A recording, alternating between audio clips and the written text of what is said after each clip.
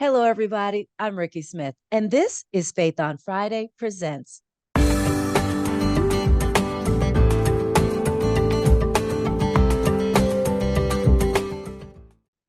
At Faith on Friday Presents, we're all about highlighting inspiring people, engaging topics, and small businesses. And don't forget, while you're here, subscribe, like, and share our content with your network. It's important to us that everybody knows what we've got going on. Okay, so you've heard the term, you may have even used it, but you have no idea what it actually means. What are we talking about?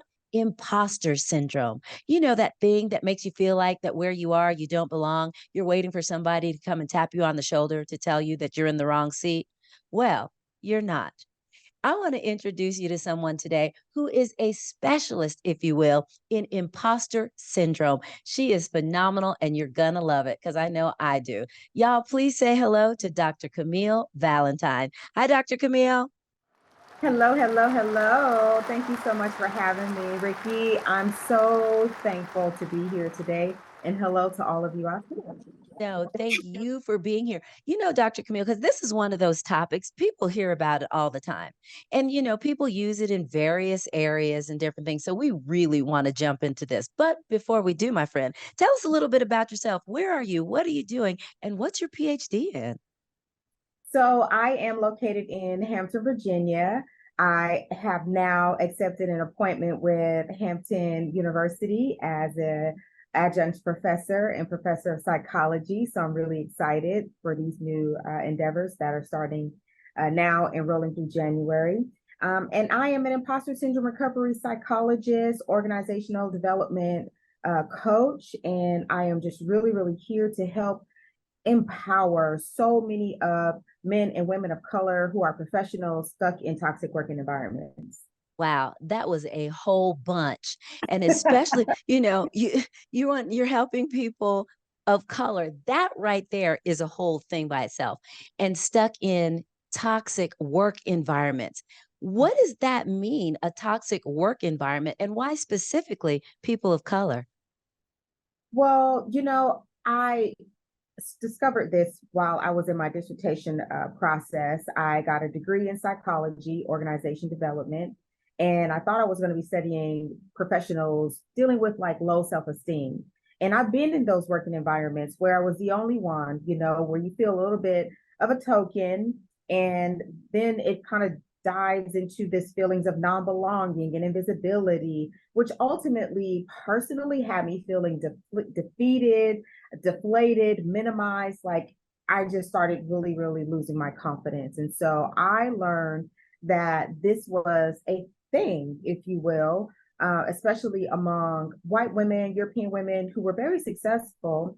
But this was discovered in a clinical setting where they were like, wait a minute, you have everything that you need, but yet and still you don't feel as though you belong. And I realized, Ricky, that we hadn't never addressed professionals of color who might be dealing with the very same thing. And in fact, I am the only one to link imposter syndrome with racial identity issues because as Black professionals, we for the most part are very, very confident. We know who we are. We usually are there with more experience, with more degrees, more scholastic achievement, but yet and still we're always made to feel as if we were less than. Well, when we are in these environments and we feel less than, it's because it's over time. It's because of the triggers of these toxic working environments, which might look like blatant racism in your face, or it could be a microaggression, whatever it is, Ricky. Ultimately, we have responses to that mentally, psychologically, neurologically, physiologically, which ultimately kind of has us feeling burnt out. And that's what I wish to avoid, especially with stress being a number one killer Oh for my Africa. gosh. That Dr. Camille, there are so many things in that. And to hear that you were the first one to put those two things together. And I know a lot of our people watching right now, they're probably like, I already knew that. Yeah, you Yeah. knew that, but you didn't go through your PhD. I'm just saying. So she's the first one to deal with it, But it is so interesting because a lot of us have been in workplaces, like you said, where we are the only one. whether it's only one female, only one person of color, whatever. And you do have that thing, and you find yourself on edge, walking on eggshells, kind of almost looking over your shoulder, waiting for something to go down. And I like the term that you use, sometimes you do feel like the token. Here's my thing about that whole token thing. Call me what you like, but pay me. That's just me. That's right. Anyhow, all right. So then how do you put together that with imposter syndrome? And can you tell us a little bit about what imposter syndrome actually is? Absolutely. Initially, in the scholastic framework or the term, it's imposter phenomenon, and this was discovered by Pauline Clance Imes, Suzanne Imes, and what they realized after writing a book, in 1976 or 77, that this is actually something that about 70% of the world will experience, and it's something that is triggered when you're making a life transition, like a major transition from high school to college. And you're like, oh my God, my first college class. Do I really belong here? Or Right. you're transitioning from, your regular position into management or into C-suite executive spaces.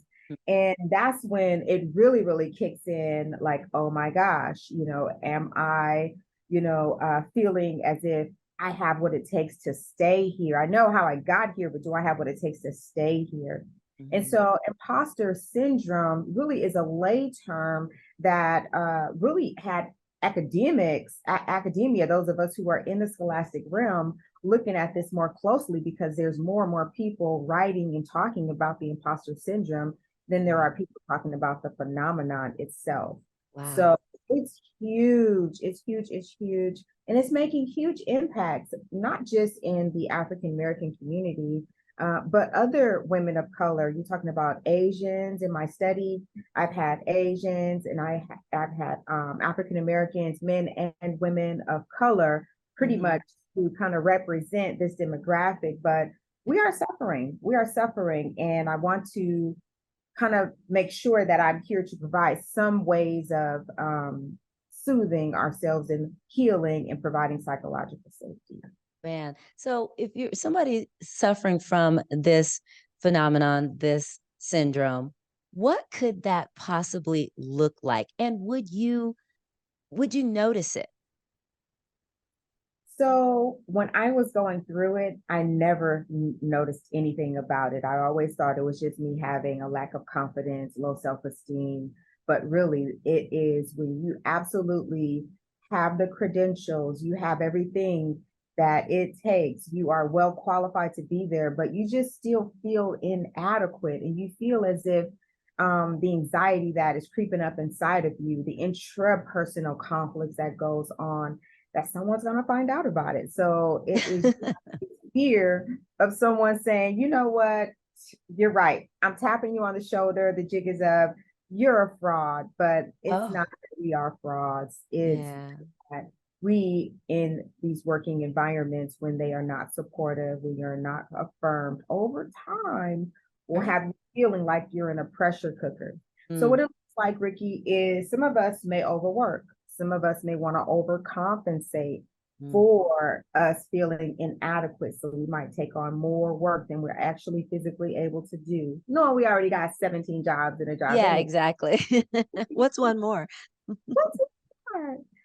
And so the overworking and the inability to accept compliments, when Oh, you do finally get recognized for your hard work, it's very hard to receive, the praise and the congratulations and all of those things that comes along with it, because you're not used to receiving that oh as my you. gosh. So Yeah. it's a mental breakdown, but it's not necessarily something that is clinical. This is just a personal development, uh, Mhm. awareness, I like to say, opportunity to kind of check in with yourself and tap in and make sure that you're not feeling less than. Oh So my that's gosh. I yeah, mean, you think about this, and you use the term confidence. So, yeah. confidence and then the imposter phenomenon. How do they go together? One of my favorite stories, and I don't even know if it's true, but I've heard it over and over. The singer Sade, She Yes. is a phenomenal singer, and I love her voice, and I have forever. She suffers from imposter syndrome slash phenomenon. She did an interview years ago, and if you noticed, know anything about her, she's never done a duet. And she, when asked why she doesn't, she says, "I don't do duets with people because I'm afraid someone's going to find out that I can't really sing." Mm. I'm like, "Sis, what? Have you heard your voice?" But Mhm. how many of us feel like that? I have a number of friends who are C-suite executives, male and female. And a lot of the things that you said, they do now. They work all the time. They are constantly on the go. And if you give them a compliment, it's as if you kick them in the face because they don't know Don't what do know you how do to with that, you know? And I think a lot of us suffer from it one way or another. But how does confidence correlate with that syndrome or phenomenon, or does it? Are they two different things? No, it was absolutely one of the remedies that I work with in my clients when we're working in the coaching space is building up the confidence. But the first is I have to help them kind of understand where is this coming from? Where is the root of these particular feelings? Because we've and let's just call it is what it is, Ricky. When we're in these psychological challenging spaces, toxic working environments, we don't necessarily have the space to acknowledge what we're going through, let Right, alone admit or even talk about it. We're so gaslit. It's like, nah, I just kicked you on the side, but make sure you smile right, and come tomorrow as if it never happened. But right, creating that space so that they can build up the confidence after they've been able to identify what this is, talk right. about it, and hear others talk about it so that they can see that they're not the only ones. You're not alone in this. You actually have lots of us who's gone through this experience. And so Mhm. where we are now is helping them identify and rewrite those narratives. Okay, yeah, this is how I feel when I'm in this situation, but let me tap into my resilience. Let me remember who I am. And my job as a coach is to help bring out those wins every Friday on my page, on my LinkedIn page. I'm always talking about let's celebrate those wins because it's always the next accomplishment to the next accomplishment to the next accomplishment. And we never get a chance to really look back to see how far we've actually come. So that's how you build up the confidence and start to rewrite that narrative that I'm lacking, I am not worthy, I am not enough, into I am powerful, I am empowered, I am brilliant, I am amazing, based on yes, honey, yes. It's like, yes, let's give you that space to say, I congratulate you, I see you, I affirm you in your calling and in your purpose. But we have to get that time away to be able to plug into networks, when Mhm. you don't have it at work. So Oh my gosh, that is so much because as you were talking, I was like, "Yes, girl. Yes, yes, all of that right there." Because we do not celebrate ourselves.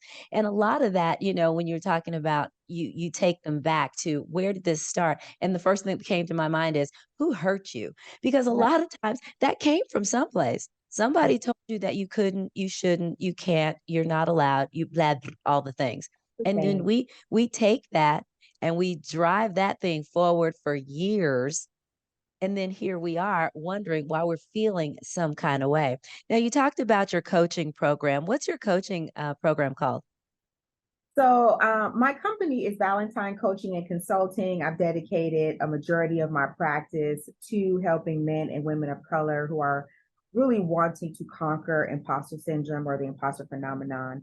And so I have like your regular coaching practice where you deal with an individual based on where they are and what transformation they're seeking. However, I have developed some signature programs. One is dealing with from burnout to brilliance when we have just we've just really took ourselves down and we really need that time away to reset, recharge, rejuvenate, and heal from all of whoever that individual, man or woman, have been through. So I have 30 spots for those individuals who are wanting to go away, destination retreat style coaching. So we'll go 16 weeks, but we'll end up 5 of those days will be in Costa Rica. So I have that from burnout to brilliance, just to kind of like shine them up again and empower them and help them, get in tune with their purpose and go back out there.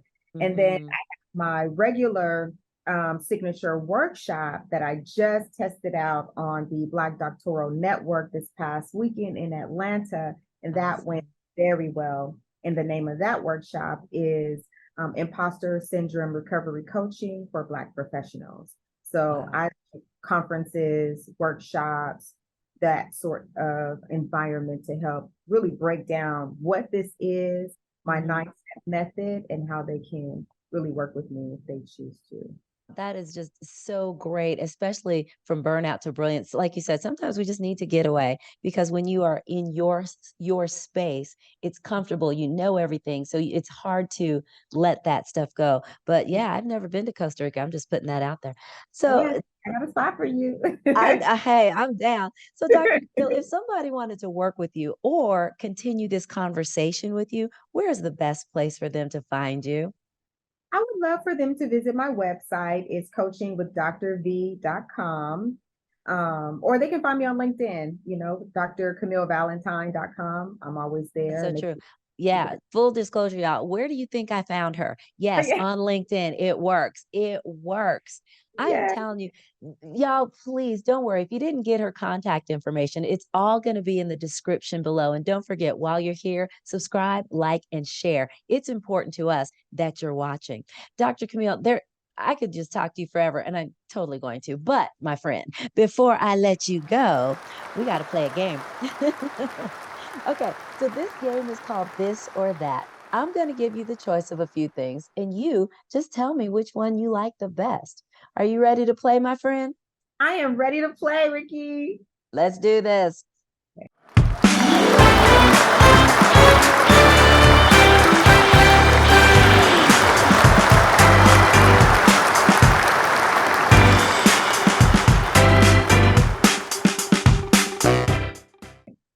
All right, here we go. Grits or oatmeal? Oatmeal, Okay, I'm surprised. I don't know why I thought you were going to say grits. Okay, flowers or plants? plants, Hotel or tent? hotel, baby. I knew you was my people because I am not sleeping outside. Thank you, but I don't think so. Reality TV, yes, please, or I just can't. I just can't.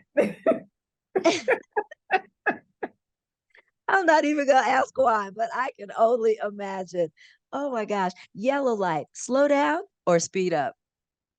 Yellow light. I like to slow down a little bit more these days. You miss a lot. You miss a lot Yeah, moving too fast. that's true. That is so true.